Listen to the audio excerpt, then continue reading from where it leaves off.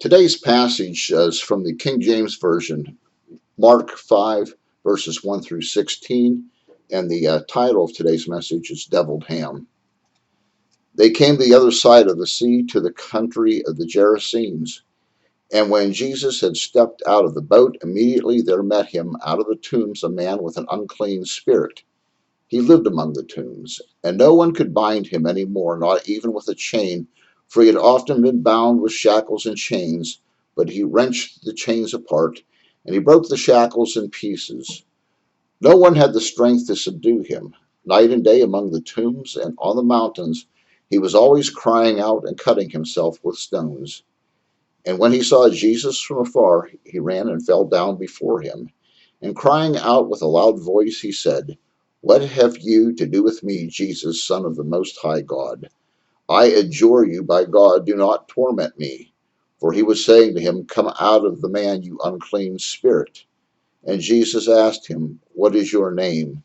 He replied, "My name is Legion, for we are many." And he begged him earnestly not to send them out of the country. Now a great herd of pigs was feeding there on the hillside, and they begged him, saying, "Send us to the pigs, let us enter them."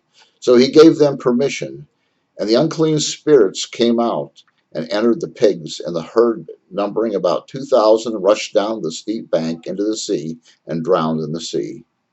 The herdsmen fled and told it in the city and in the country, and people came to see what it was that had happened. And they came to Jesus and saw the demon-possessed man, the one who had had the legion, sitting there, clothed and in his right mind, and they were afraid. And those who had seen it described to them what had happened to the demon-possessed man and to the pigs, and they began to beg Jesus to depart from their region. There's a curious statement that has been around since the 1600s, which states, "When pigs fly." Now, that phrase showed up in a sequel, a Geico commercial had a few years back, where their obnoxious little bacon wannabe that was always going around crying "wee" is being advised to turn off his electronic device before the plane can take off. And one of the flight attendants makes the comment about when pigs fly. And the pig looked a little bit bewildered, because that is just what he's about to do. When Pink Floyd released their Animals album in the 1970s, there was a pig on the cover, which eventually led to the band utilizing a large inflatable flying pig that would soar over the audience during their concerts. This saying has also appeared in several movies and works of literature throughout decades as a nonsensical way of saying never. A pig flying is an impossibility, at least under its own wing power. Now, although it seems a mystery just where this phrase originated from, I almost suspect you could very well find some roots in today's passage from Mark. Now, this is not a Jesus parable. This is a Jesus story that is extracted from his ministry. Jesus and his disciples have been crisscrossing the Sea of Galilee on a route of teaching, healing, and attending to the needs of the countryside. The event follows a treacherous night crossing of the Sea of Galilee, in which Jesus stilled the sea and he calmed the storm. Now that they've made landfall in Gadara, they depart the ship onto shore, which obviously has a cemetery close to the shoreline. And from out of the grave sites, a man who acts wildly in his behavior emerges to welcome Jesus and his disciples to life on that side of the lake. Mark identifies the man's plight to an infestation of an evil spirit, or what many would call demonic possession. He is said to make his home among the tombs, and his demeanor is such that no means of restraining him is successful, giving us clear indication that this was something that had been attempted previously by the community. It is also made evident that this man's affliction was relentless and disrupted his behavior 24 hours a day, 7 days a week. That condition so plagued that individual that he aimlessly wandered the mountainside and the cemetery, crying out in anguish and trying to relieve his tortured soul by physically abusing himself in what may be one of the earliest recorded accounts of someone being a cutter. From a distance, this miserable wretch spies newcomers to the shoreline. But there's something within him, something maybe beyond him, that recognizes who it is that's coming to the beach. And that recognition triggers an immediate response that compels this man to run down to the landing party, and in particular to their leader. When the man reaches the group, he begins to worship Jesus, a person we would assume he's not met before, or at least the human part. Now, as to the spiritual possession that is going on, there is obviously some recognition. And as the duality is engaged in the act of worship, he begins to plead for mercy, or at least something within him does.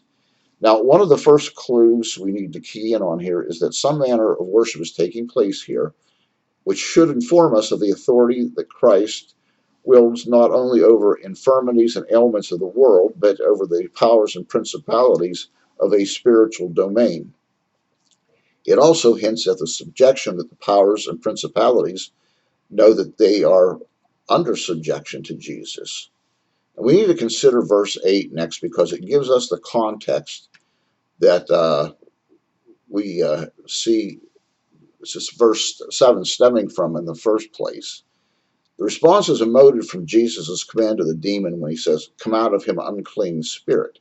And in a loud voice, the man cries out, "What are you doing here, Jesus? What have I done that would bring you, the Son of God Almighty, to come calling on me? I implore you by God's mercy that you will not torment me." It's sort of odd that a demonic spirit, one that had crossed from over to the dark side and away from light, would turn to invoke God's name to buffer the effect that Jesus was capable of inflicting upon him. True to the customary formula of exorcism of that day was learning the name of the spirit so that you could gain control over it. Names used to carry a lot more weight then than they do now. And today our names seem to be a little more than fodder for telemarketers.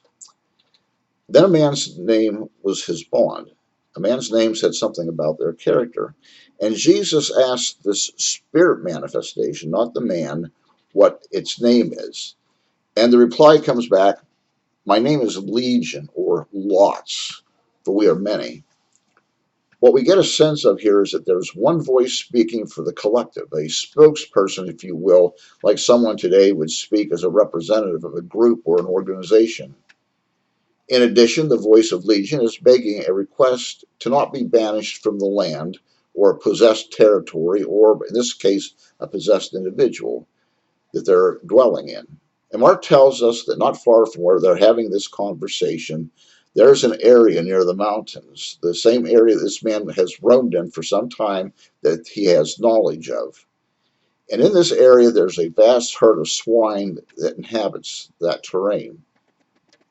Not only does Legion ask not to be exiled, but also makes a suggestion, seeking permission to take up vacancy in the herd of swine that roots around there if they're going to have to leave this individual.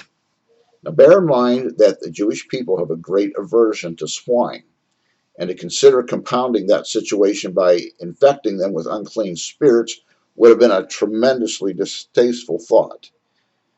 This is a unique occurrence to find unclean spirits asking a favor of the Son of God. And it is made even more unique in that the Son of God grants their request. And we would gather that Jesus has foreknowledge of what's going to happen once that transfer takes place. Upon receiving their eviction notice from the man in the cemetery, and they get their moving orders to new housing, the unclean spirit is transferred to the swine, which we are told number about 2,000. And so the herd receives an infection of spiritual swine flu and immediately have an adverse reaction.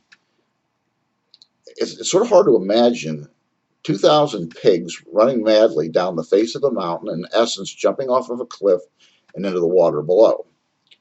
And on that day, pigs did fly, albeit poorly and for a very brief span of time, and they didn't do so great on their landing either. We find that not even a reviled, unclean animal like a pig will tolerate being infected with an unclean spirit, which is more than one can say about many people in their human condition. It also raises the question that if a pig is taking its own life, do they call it suicide? Can't afford to miss a bad pun. Now, any self-respecting Jew would not be caught dead raising pigs, unless they had a market in the Gentile community that they could make a profit on. And they likely would have hired Gentiles who were down on their luck people like the prodigal son to keep watch over their investment. And this likely is what was going on, because we read that those tasked with guarding the herd went running into town to tell them three main things. The crazy guy in the cemetery that no one could control is now sitting down, talking in his right mind. There is a prophet from Nazareth who's working in Galilee and was responsible for what happened. And oh, by the way, the investment you've made in the pig market is now floating belly up in the Jordan River that's flowing out of the Sea of Galilee. While not entirely sure of which of the events caught their attention the most, the crowd makes its way down to the shore because they want to see this for themselves. And they seem a little more than surprised when the state of the demoniac has changed. He's sitting, he's civilized, and he's keeping his clothes on.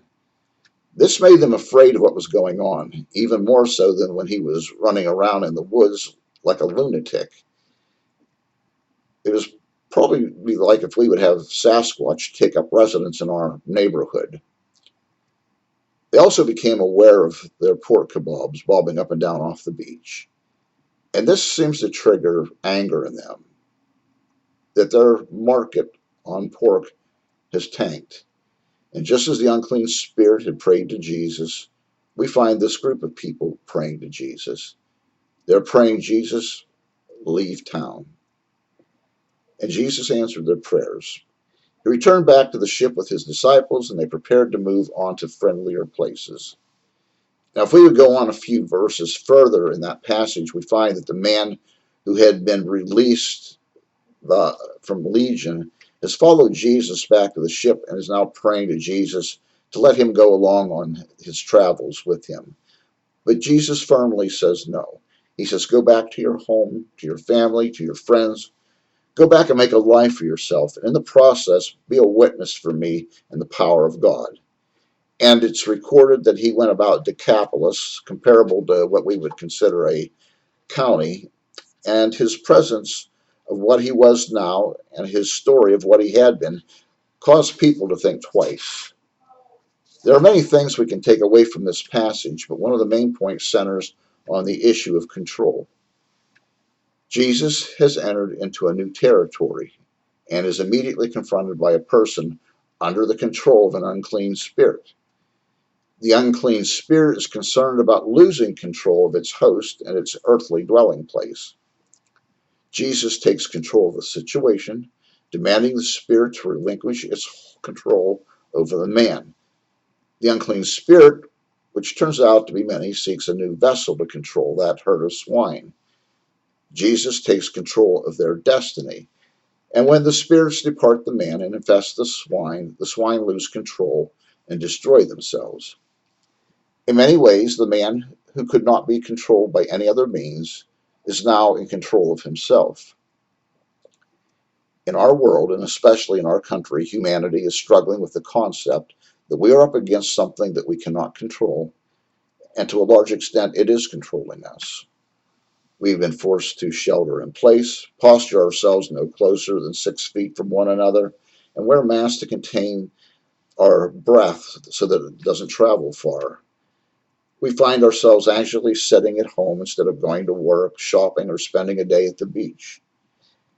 Because of this, there's a growing impatience that COVID-19 is not cooperating with us, and we see many individuals defying the advice on how to deal with the pandemic, with the distinct possibility this is not going to end up with the result that some with rebellious spirits hope to see. For some reason, disease usually turns a deaf ear when we throw a temper tantrum to get our way.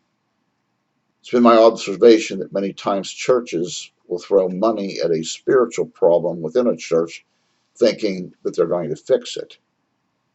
I want to remind you, you can't fix a spiritual problem by throwing money at it. And you can't throw money at a pandemic problem either and expect to fix it. You have to focus on the root cause, the disease, not the consequence, because you'll only be throwing your money away. One other take I would like us to think a little deeper on is the reaction of the possessed man's neighbors. When they got word of what happened, they ran to the shoreline to see for themselves, and they saw two things. They saw a troubled soul who was now clear of mind and at peace within, and they saw dead pigs. And noticed that their primary concern was dead pigs. And they prayed that Jesus would leave them before he caused them any more financial loss.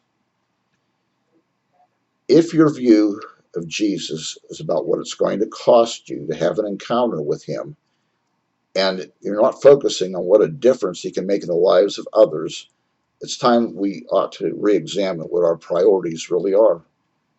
Jesus declared that an individual cannot love God and mammon at the same time, because you are going to choose one over the other. When God created us, he endowed us with free will. We see a lot of people exercising their free will, but they're making choices that may not be entirely wise. The question I ask you today is that because God has given you free will, what do you choose to do with Jesus?